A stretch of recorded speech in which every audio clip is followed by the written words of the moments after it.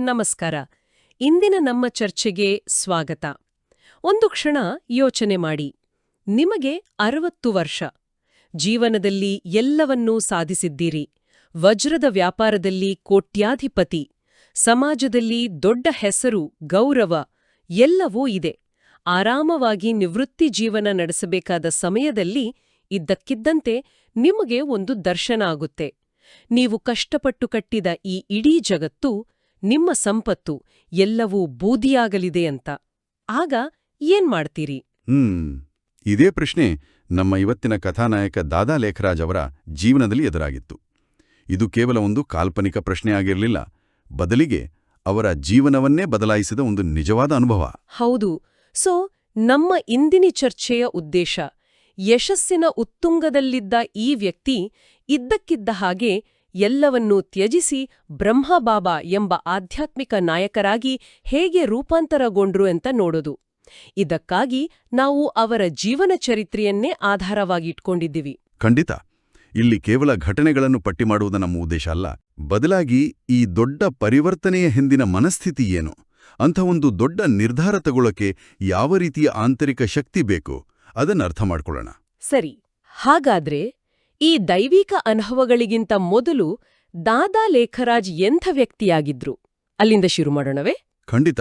ಮೊದಲು ನಾವು ಅವರಿದ್ದ ಕಾಲಘಟ್ಟವನ್ನು ನೋಡಬೇಕು.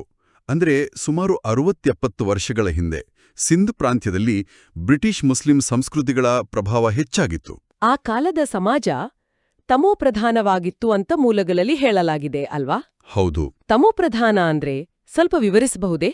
ನಮ್ಮ ಕೇಳುಗರಿಗೆ ಸುಲಭವಾಗುತ್ತೆ. ಖಂಡಿತ. ತಮೋಪ್ರಧಾನ ಅಂದ್ರೆ ಒಂದ್ರೀತಿ ಆಧ್ಯಾತ್ಮಿಕತೆಗಿಂತ ಹೆಚ್ಚಾಗಿ ಭೌತಿಕ ಸುಖ, ಹಣ, ಅಧಿಕಾರ ಮತ್ತು ಪ್ರದರ್ಶನಕ್ಕೆ ಹೆಚ್ಚು ಬೆಲೆ ಇದ್ದಂಥ ಸಮಾಜ. ಎಕ್ಸಾಕ್ಟ್ಲಿ. ಭಕ್ತಿ ಕೂಡ ಒಂದ್ರೀತಿ ಆಚರಣೆ, ಸಂಪ್ರದಾಯ ಆಗಿತ್ತು ಅಷ್ಟೇ. ಅದೊಂದು ಆಳವಾದ ಅನುಭವ ಆಗಿರಲಿಲ್ಲ. ಇಂಥ ಒಂದು ಜಗತ್ತಿನಲ್ಲಿ ವಜ್ರದ ವ್ಯಾಪಾರಿಯಾಗಿದ್ದ ದಾದಾ ಲೇಖರಾಜ್ ಅವರ ವ್ಯಕ್ತಿತ್ವವೇ ವಿಭಿನ್ನವಾಗಿತ್ತು. ಹೇಗೆ? ಒಬ್ಬ ಯಶಸ್ವಿ ವ್ಯಾಪಾರಿ ಅಂದಮೇಲೆ ಸಾಮಾನ್ಯವಾಗಿ ತುಂಬ ಕಠಿಣ, ಲಾಭಕೋರ ಅನ್ನೋ ಒಂದು ಕಲ್ಪನೆ ಇರುತ್ತಲ್ವೇ? ಅದಕ್ಕೆ ತದ್ವಿರುದ್ಧವಾಗಿದ್ರಿವರು. ಅವರ ವ್ಯವಹಾರದ ಅಡಿಪಾಯವೇ ಪ್ರಾಮಾಣಿಕತೆ. ಅವರ ಮಾತಿನಲ್ಲಿ ಅದೆಂತಹ ಮಾಧುರ್ಯ ಇತ್ತೆಂದ್ರೆ ಒಮ್ಮೆ ಭೇಟಿಯಾದವರು ಅವರ ಅಭಿಮಾನಿಗಳಾಗಿ ಬಿಡುತ್ತಿದ್ದರಂತೆ. ಅವರ ವ್ಯಾಪಾರ ಕೇವಲ ಸ್ಥಳೀಯವಾಗಿರ್ಲಿಲ್ಲ ಅನ್ಸುತ್ತೆ. ಇಲ್ಲ. ನೇಪಾಳ, ಉದಯಪುರದ ರಾಜಮನೆತನಗಳ ಜೊತೆಗೂ ಇತ್ತು. ರಾಜರು ಕೂಡ ಇವರನ್ನು ಸ್ನೇಹಿತರಂತೆ ಕಾಣುತ್ತಿದ್ರು. ಓಹೋ, ಇದಕ್ಕೊಂದು ಉದಾಹರಣೆ ಇದೆಯಲ್ವೇ? ಬಿಕಾನೇರಿನ ರಾಜ ಸಂಗ್ರಾಮ್ ಸಿಂಗ್ ಅವರ ಜೊತೆಗಿನ ಪ್ರಸಂಗ ಅದು ಬಹಳ ಕುತೂಹಲಕಾರಿ. ಹೌದು. ಒಮ್ಮೆ ರಾಜ ಸಂಗ್ರಾಮ್ ಸಿಂಗ್ ತಮಾಷೆಗಾಗಿ, ದಾದಾ, ದೇವರು ನಿಮ್ಮನ್ನು ರಾಜನನ್ನಾಗಿ ಮಾಡದೆ ದೊಡ್ಡ ತಪ್ಪು ಮಾಡ್ದ ಅಂದ್ರಂತೆ. ಅಬ್ಬಾ. ಅದಕ್ಕೆ ದಾದಾ ಲೇಖರಾಜ್ ನಗುತ್ತಾ, ಮಹಾರಾಜ, ದೇವರು ಎಂದಿಗೂ ತಪ್ಪು ಮಾಡುವುದಿಲ್ಲ. ನೀವು ಒಂದು ಕಿರೀಟದ ರಾಜ, ಆದರೆ ದೇವರು ನನ್ನನ್ನು 2 ಕಿರೀಟಗಳ ದೈವೀ ರಾಜನನ್ನಾಗಿ ಮಾಡಲು ಸಿದ್ಧತೆ ನಡೆಸುತ್ತಿದ್ದಾನೆ ಎಂದು ಉತ್ತರಿಸಿದರಂತೆ. ಒಬ್ಬ ವ್ಯಾಪಾರಿ ರಾಜನ ಮುಂದೆ ಇಷ್ಟು ಧೈರ್ಯವಾಗಿ ಮಾತನಾಡುವುದು ಆ ಕಾಲದಲ್ಲಿ ಸಾಧ್ಯವಿತ್ತೇ? ಇದು ಅವರ ಅತಿಯಾದ ಆತ್ಮವಿಶ್ವಾಸವನ್ನೋ ಅಥವಾ ಬೇರೇನನ್ನಾದ್ರೂ ಸೂಚಿಸುತ್ತದೆಯೇ? ಇದೇ ಇಲ್ಲಿರುವ ಸ್ವಾರಸ್ಯ. ಇದು ಅಹಂಕಾರದ ಮಾತಲ್ಲ, ಬದಲಿಗೆ ಅವರಲ್ಲಿದ್ದ ಒಂದು ಆಳವಾದ ಆಧ್ಯಾತ್ಮಿಕ ಪ್ರಜ್ಞೆ. 2 ಕಿರೀಟ ಅಥವಾ ದೋತಾಜ್ ಅಂದ್ರೆ ಒಂದು ಬೆಳಕಿನ ಪ್ರಭಾಮಂಡಲ, ಅಂದ್ರೆ ಆರಾ ಆಫ್ ಲೈಟ್. ಓಕೆ. ಮತ್ತು ಇನ್ನೊಂದು ಚಿನ್ನದ ಕಿರೀಟ. ಅಂದ್ರೆ ತಮ್ಮ ಜೀವನದ ಉದ್ದೇಶ ಕೇವಲ ಹಣ ಸಂಪಾದಿಸುವುದಲ್ಲ, ಅದಕ್ಕಿಂತ ದೊಡ್ಡದಾದ ಒಂದು ಆಧ್ಯಾತ್ಮಿಕ ಗುರಿ ಇದೆ ಎಂಬ ಅರಿವು ಅವರಿಗೆ ಆಗ್ಲೇ ಇತ್ತು. ಅವರ ಭಕ್ತಿಯ ಬಗ್ಗೆಯೂ ಸಾಕಷ್ಟು ಉಲ್ಲೇಖಗಳಿವೆ. ಶ್ರೀ ನಾರಾಯಣನ ದೊಡ್ಡ ಭಕ್ತರಾಗಿದ್ರು ಅಂತ. ಹೌದು. ಅದು ಕೂಡ ಸಾಮಾನ್ಯ ಭಕ್ತಿಯಾಗಿರಲಿಲ್ಲ. ಅದೊಂದು ಚಿಂತನಶೀಲ ಭಕ್ತಿಯಾಗಿತ್ತು. ಅವರು ತಮ್ಮ ಜೇಬಿನಲ್ಲಿ, ತಿಜೋರಿಯಲ್ಲಿ ಯಾವಾಗ್ಲೂ ನಾರಾಯಣನ ಚಿತ್ರ ಇಟ್ಕೊಳ್ತಿದ್ರಂತೆ. ಆದರೆ ಮಾರುಕಟ್ಟೆಯಲ್ಲಿ ಸಿಗುವ ಚಿತ್ರಗಳು ಅವರಿಗೆ ಸಮಾಧಾನ ಕೊಡಲಿಲ್ಲ.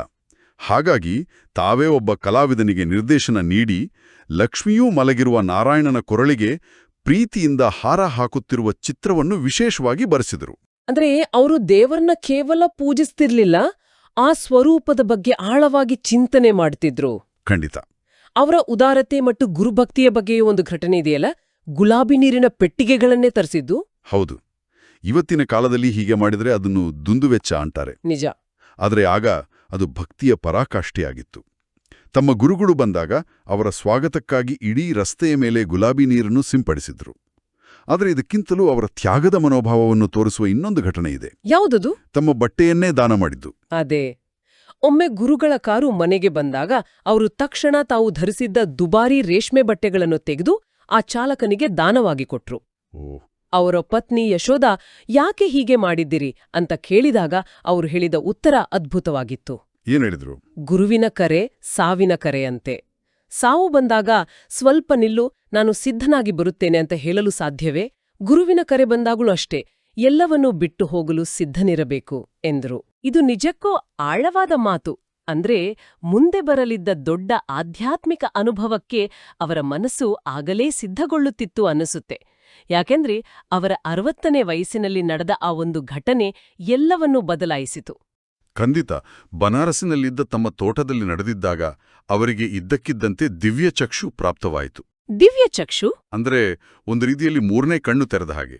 ಆಗ ಅವರಿಗೆ ಮೊದಲು ಚತುರ್ಭುಜ ವಿಷ್ಣುವಿನ ಸಾಕ್ಷಾತ್ಕಾರವಾಯಿತು. ಒಂದು ನಿಮಿಷ.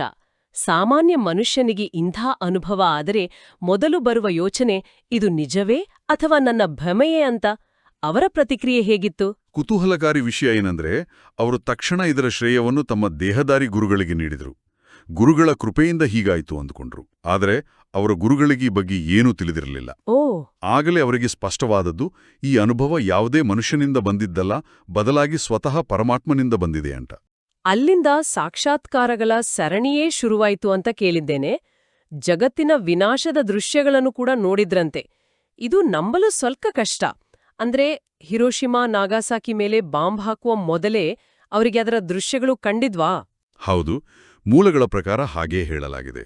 ಮೊದಲು ಖಜಾನೆ ತುಂಬಿದೆ ಮತ್ತು ಕೀಲಿ ಸೆಕ್ಕಿದೆ ಎಂಬ ಒಂದು ನಿಗೂಢ ಸಂದೇಶ ಬಂತು. ನಂತರ ಜಗತ್ತಿನ ಮಹಾವಿನಾಶದ ಭಯಾನಕ ದೃಶ್ಯಗಳು, ಅಣುಬಾಂಬುಗಳು, ದೇಶಗಳ ನಡುವೆ ಅಂತರ್ಯುದ್ಧ, ಪ್ರಕೃತಿ ವಿಕೋಪಗಳು ಇವೆಲ್ಲವನ್ನೂ ಕಂಡ್ರು.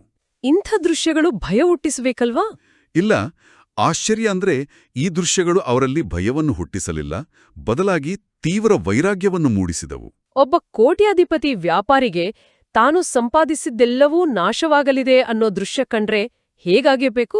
ಅವರ ಪ್ರತಿಕ್ರಿಯೆ ಅದ್ಭುತವಾಗಿತ್ತು. ಅವರ ಲಕ್ಷಾಂತರ ರೂಪಾಯಿಗಳ ವಜ್ರದ ವ್ಯಾಪಾರವು ಅವರಿಗೆ ಬೂದಿಯ ರಾಶಿ ಅಂದ್ರೆ ಭಸ್ಮಖಾತ ಅಂತ ಅನಿಸತೊಡಗಿತ್ತು. ಬೂದಿಯ ರಾಶಿ? ಹೌದು. ಅವರು ತಕ್ಷಣ ತಮ್ಮ ಪಾಲುದಾರರಿಗೆ, ದಯವಿಟ್ಟು ಈ ಕೆಲಸದಿಂದ ನನಗೆ ಮುಕ್ತಿ ಕೊಡಿ, ನನ್ನ ದಾರಿ ಬೇರೆ ಇದೆ ಅಂತ ಹೇಳಿದ್ರು. ಇದು ಸುಲಭದ ಮಾತಲ್ಲ. ಇಡೀ ಜೀವನದ ಸಂಪಾದನೆಯನ್ನು ಬೂದಿಯ ರಾಶಿ ಅಂತ ಕರೆಯೋಕ್ಕೆ ಅದೆಂತಹ ಮನಸ್ಥಿತಿ ಬೇಕು? ಇದಾದ ನಂತರ ಅವರಿಗೆ ಅಹಂ ಚತುರ್ಭುಜ ತತ್ವಂ ಎಂಬ ಸಾಕ್ಷಾತ್ಕಾರವಾಯಿತು. ಅಂದ್ರೆ ನಾನೇ ವಿಷ್ಣು ಮತ್ತು ನೀನೂ ಅವನೇ ಅಂತ. ಒಂದು ನಿಮಿಷ, ನಾನೇ ವಿಷ್ಣು ಅಂತ ಅನ್ಸೋದು ಸಾಮಾನ್ಯ ಭಕ್ತನಿಗೆ ಒಂದು ರೀತಿಯಲ್ಲಿ ಅಹಂಕಾರದಂತೆ ಕಾಣಬಹುದಲ್ಲವೇ? ಈ ಅನುಭವದ ನಿಜವಾದ ಅರ್ಥವೇನಿತ್ತು?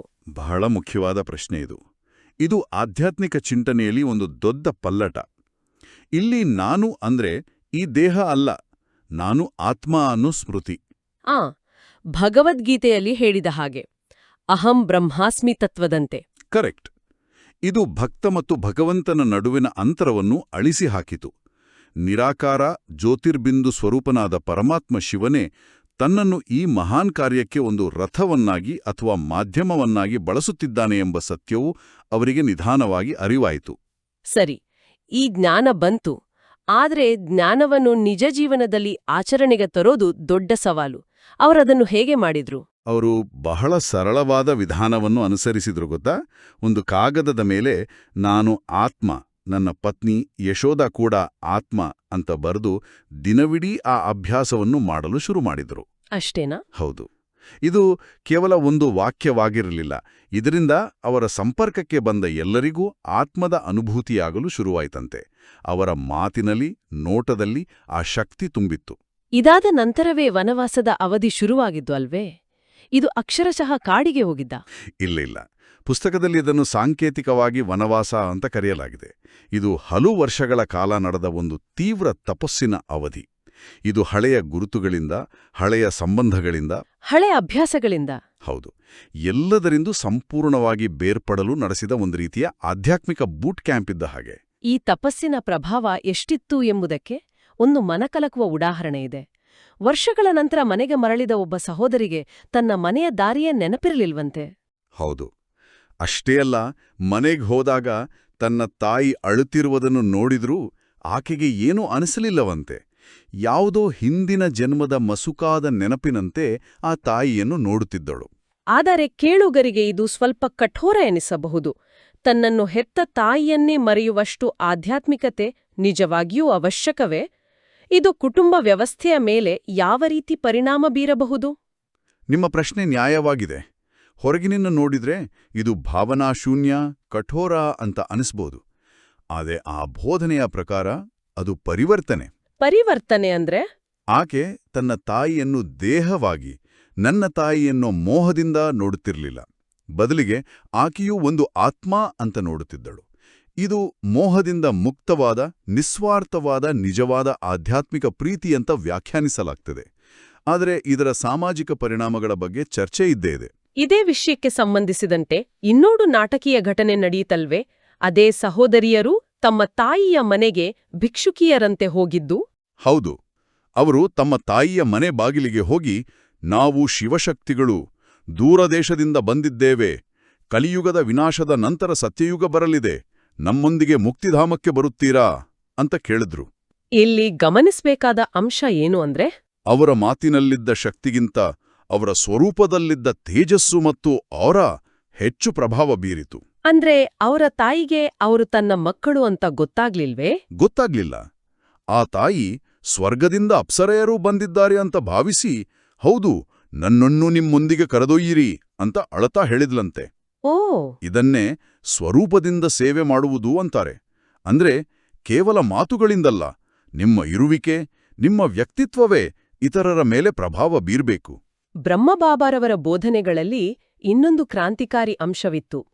ನಿಮಗೆ ಕೆಡುಕು ಮಾಡಿದವರಿಗೂ ಒಳಿತು ಮಾಡಿ, ಅಂದ್ರೆ ಅಪಕಾರ ಮಾಡಿದವರಿಗೂ ಉಪಕಾರ ಮಾಡಿ ಅಂತ. ಇದು ಕೇಳಲು ಚೆನ್ನಾಗಿದೆ, ಆದ್ರೆ ಆಚರಣೆಯಲ್ಲಿ ಬಹಳ ಕಷ್ಟ ಅಲ್ವಾ? ಖಂಡಿತವಾಗಿಯೂ ಕಷ್ಟ. ಅದಕ್ಕೊಂದು ಅದ್ಭುತ ಉದಾಹರಣೆ ಲಕ್ಷ್ಮೀ ಎಂಬ ಅನುಯಾಯಿಯ ಅನುಭವ.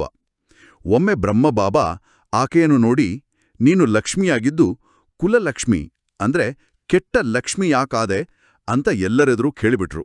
ಅಯ್ಯೋ, ಆಕೆಗೆ ಆಘಾತ ಆಗಿರ್ಬೇಕಲ್ಲ? ತೀವ್ರ ಆಘಾತವಾಯಿತು. ಆದರೆ ಆ ಕ್ಷಣದಲ್ಲೇ ಆಕೆಗೆ ಚಿನ್ನದ ದರ್ಬಾರನಲ್ಲಿರುವ ಶ್ರೀಲಕ್ಷ್ಮೀ ನಾರಾಯಣರ ದಿವ್ಯದೃಷ್ಟಿಯ ಸಾಕ್ಷಾತ್ಕಾರವಾಯಿತು. ಅಲ್ಲಿ ಪವಿತ್ರತೆಯ ಪ್ರಭಾವ ಎಷ್ಟಿತ್ತಂದ್ರೆ, ಅಲ್ಲಿದ್ದ ಇನ್ನೊಬ್ಬ ಪುರುಷ, ನಾನು ವಿಕಾರಿ, ಇಂತಹ ಪವಿತ್ರ ಸ್ಥಳದ ಒಳಗೆ ಹೋಗಲು ಅರ್ಹನಲ್ಲ ಅಂತ ಭಾವಿಸಿದ. ಅಂದ್ರೆ ಒಂದು ಕಠೋರವಾದ ಮಾತು ಕೂಡ ಆಂತರಿಕ ಪರಿವರ್ತನೆಗೆ ಕಾರಣವಾಗಬಲ್ಲದು. ಹಾಗಾದ್ರೆ ಈ ಸಂಪೂರ್ಣ ಕಥೆಯನ್ನು ಒಟ್ಟಾಗಿ ನೋಡಿದಾಗ ದಾದಾ ಲೇಖರಾಜ್ರಿಂದ ಬ್ರಹ್ಮಬಾಬಾ ಆದ ಈ ಪಯಣದಿಂದ ನಾವು ಕಲಿಯುವ ಪ್ರಮುಖ ಅಂಶಗಳೇನು? ಅವರ ವ್ಯಕ್ತಿತ್ವದ ಯಾವ ಗುಣಗಳು ಈ ಅಸಾಮಾನ್ಯ ಪರಿವರ್ತನೆಗೆ ಕಾರಣವಾದವು? ನಾವು ಇದನ್ನ ಕೇವಲ ಪ್ರತ್ಯೇಕ ಗುಣಗಳ ಪಟ್ಟಿಯಾಗಿ ನೋಡಬಾರದು. ಬದಲಿಗೆ ಒಂದಕ್ಕೊಂದು ಹೆಣೆದುಕೊಂಡಿರುವ ಮೌಲ್ಯಗಳ ಸರಪಳಿ ಅಂತ ನೋಡಬೇಕು. ಮೊದಲನೇದಾಗಿ ಸಿದ್ಧಾಂತ ಮತ್ತು ಪ್ರಾಮಾಣಿಕತೆ. ಅವರ ಲೌಕಿಕ ವ್ಯವಹಾರ ಇದರ ಮೇಲೆ ನಿಂತಿತ್ತು. ಅದೇ ಅವರ ಆಧ್ಯಾತ್ಮಿಕ ಕಾರ್ಯಕ್ಕೆ ಜನರ ನಂಬಿಕೆಯ ಅಡಿಪಾಯವಾಯಿತು. ಎರಡನೆಯದಾಗಿ ಅವರ ಸಕ್ರಿಯ ಮತ್ತು ಜಿಜ್ಞಾಸು ಭಕ್ತಿ. ಅವರು ಕೇವಲ ಅನುಯಾಯಿಯಾಗದೆ ಧರ್ಮವನ್ನು ಅರ್ಥ ಮಾಡಿಕೊಂಡು ಬದುಕಲು ಪ್ರಯತ್ನಿಸಿದ್ರು. ನಾರಾಯಣನ ಚಿತ್ರವನ್ನು ತಾವೇ ವಿನ್ಯಾಸಗೊಳಿಸಿದ್ದು ಇದಕ್ಕೆ ಉತ್ತಮ ಉದಾಹರಣೆ. ಮೂರನೆಯ ಮತ್ತು ಅತಿ ಮುಖ್ಯವಾದದ್ದು ವಿಜಯೀಯ ತ್ಯಾಗ. ಅವರು ಜೀವನದಲ್ಲಿ ಸೋತು ವಿರಕ್ತಿಯಿಂದ ಸನ್ಯಾಸ ಸ್ವೀಕರಿಸಲಿಲ್ಲ. ಬದಲಾಗಿ ಯಶಸ್ಸಿನ ಉತ್ತುಂಗದಲ್ಲಿದ್ದಾಗ, ಎಲ್ಲವೂ ಚೆನ್ನಾಗಿದ್ದಾಗ ಎಲ್ಲವನ್ನೂ ತ್ಯಜಿಸಿದ್ರು. ಇದು ಬಹಳ ಅಪರೂಪ. ಹೌದು. ನಾಲ್ಕನೆಯದು ಸಂಪೂರ್ಣ ನಿಶ್ಚಯ ಮತ್ತು ಸಮರ್ಪಣೆ. ದೈವಿಕ ಕರೆ ಬಂದಾಗ ಅವರು ಒಂದು ಕ್ಷಣವೂ ಇದು ನಿಜವೇ ಸುಳ್ಳೇ ಅಂತ ಸಂಶಯಿಸಲಿಲ್ಲ. ಸಂಪೂರ್ಣವಾಗಿ ತಮ್ಮನ್ನು ಸಮರ್ಪಣಿಸಿಕೊಂಡ್ರು. ಮತ್ತು ಕೊನೆಯದಾಗಿ ನಿರಂತರ ಆತ್ಮಿಕ ಸ್ಮೃತಿ, ನಾನೊಂದು ಆತ್ಮ ಎಂಬುದು ಅವರಿಗೆ ಕೇವಲ ಒಂದು ಜ್ಞಾನವಾಗಿರಲಿಲ್ಲ. ಅದು ಅವರ 24 ಗಂಟೆಯ ಜೀವಂತ ಅನುಭವವಾಗಿತ್ತು. ಅವರ ಪ್ರತಿಯೊಂದು ಮಾತು, ನೋಟದಲ್ಲಿ ಆ ಶಕ್ತಿಯಿತ್ತು. ಇದೇ ಅವರ ಪರಿವರ್ತನೆಯ ಮೂಲ ಕಾರಣ. ಈ ಆಳವಾದ ಚರ್ಚೆಯ ಕೊನೆಯಲ್ಲಿ ನಮ್ಮ ಕೇಳುಗರಿಗೆ ಒಂದು ಯೋಚನೆಯನ್ನು ಬಿಟ್ಟು ಹೋಗೋಣ. ಖಂಡಿತ. ಈ ಮೂಲಗಳ ಪ್ರಕಾರ ತೀವ್ರವಾದ ಆಧ್ಯಾತ್ಮಿಕ ಪರಿವರ್ತನೆಯು ಲೌಕಿಕ ಸಂಬಂಧಗಳಿಂದ ಒಂದು ರೀತಿಯ ಬೇರ್ಪಡುವಿಕೆಯನ್ನು ಬಯಸುವಂತೆ ತೋರುತ್ತದೆ ಅಲ್ವಾ? ಹೌದು, ಇದು ಒಂದು ಪ್ರಶ್ನೆಯನ್ನು ಹುಟ್ಟುಹಾಕುತ್ತದೆ. ಆಳವಾದ ಆಧ್ಯಾತ್ಮಿಕ ಬದಲಾವಣೆಯು ಯಾವಾಗಲೂ ತನ್ನ ಸಾಮಾಜಿಕ ಮತ್ತು ಕೌಟುಂಬಿಕ ಜೀವನದಿಂದ ದೂರ ಸರಿಯುವುದನ್ನು ಅಗತ್ಯಪಡಿಸುತ್ತದೆಯೇ? ಮತ್ತು ಯಾವುದೇ ಜ್ಞಾನದ ನಿಜವಾದ ಪರೀಕ್ಷೆಯು ಅದು ಮೊದಲು ನಿಮ್ಮ ಆಪ್ತರನ್ನು, ವಿಶೇಷವಾಗಿ ನಿಮ್ಮ ಅತಿದೊಡ್ಡ ವಿಮರ್ಶಕರನ್ನು ಎಷ್ಟು ಪರಿವರ್ತಿಸುತ್ತದೆ ಎಂಬುದರಲ್ಲಿದೆಯೇ? ಇಂದಿನ ಜಗತ್ತಿನಲ್ಲಿ ಆಧ್ಯಾತ್ಮಿಕತೆ ಮತ್ತು ಕುಟುಂಬದ ನಡುವಿನ ಈ ಸೂಕ್ಷ್ಮ ಸಮತೋಲನವನ್ನು ಹೇಗೆ ಸಾಧಿಸಬಹುದು? ಯೋಚಿಸಿ. ಓಂ ಶಾಂತಿ.